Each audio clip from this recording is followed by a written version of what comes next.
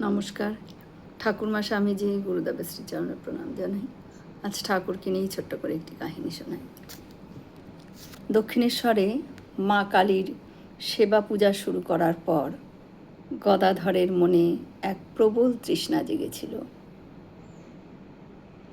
তিনি ভাবতেন, মা কি কেবলই পাথরের প্রতিমা? তিনি কি সত্যই কথা বলেন বা কথা শোনেন? তার মনে নানান প্রশ্ন এইভাবে প্রতিদিনই জাগত। তার মনে হতো, যদি মা সত্যই জ্যান্ত হন, তবে তিনি কেন দেখা দিচ্ছেন না? ধীরে ধীরে তার এই বিরহ অসহ্য হয়ে উঠল। তার মনে হতে লাগলো, যে জীবনে ঈশ্বরের দর্শন মেলে না, সে জীবন রাখার কোনো অর্থ নেই। একদিন তার যাতনা চরমে পৌঁছল।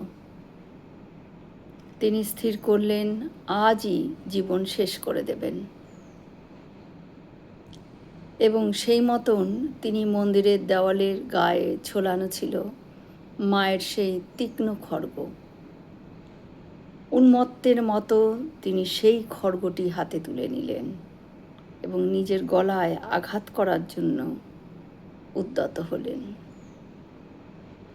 ঠিক সেই মুহূর্তে সহসা ঘর দোর মন্দির সব যেন কোথায় লুপ্ত হয়ে গেল।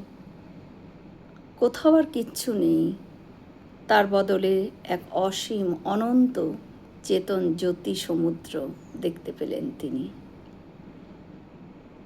সেই উজ্জ্বল রসময় অনন্ত সাগর যেদিক দিয়ে দেখি, যেদিক থেকেই ঢেউয়ের পর ঢেউ তুলে যেন তার দিকে তেড়ে আসছে।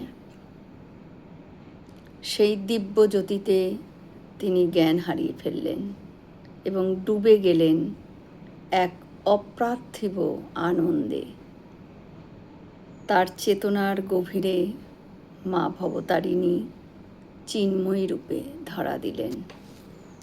জয় শ্রী রামকৃষ্ণ। আমরা সকলে মিলে একসাথে বলি, জয় মহামায়ে কি জয়, জয় ভগবান শ্রী শ্রীরামকৃষ্ণদেব কি জয়, জয় স্বামীজি মহারাজজি কি জয়। হয়তো অনেক ভুল ত্রুটি করলাম, ঠাকুর যেন আমায় ক্ষমা করে দেন।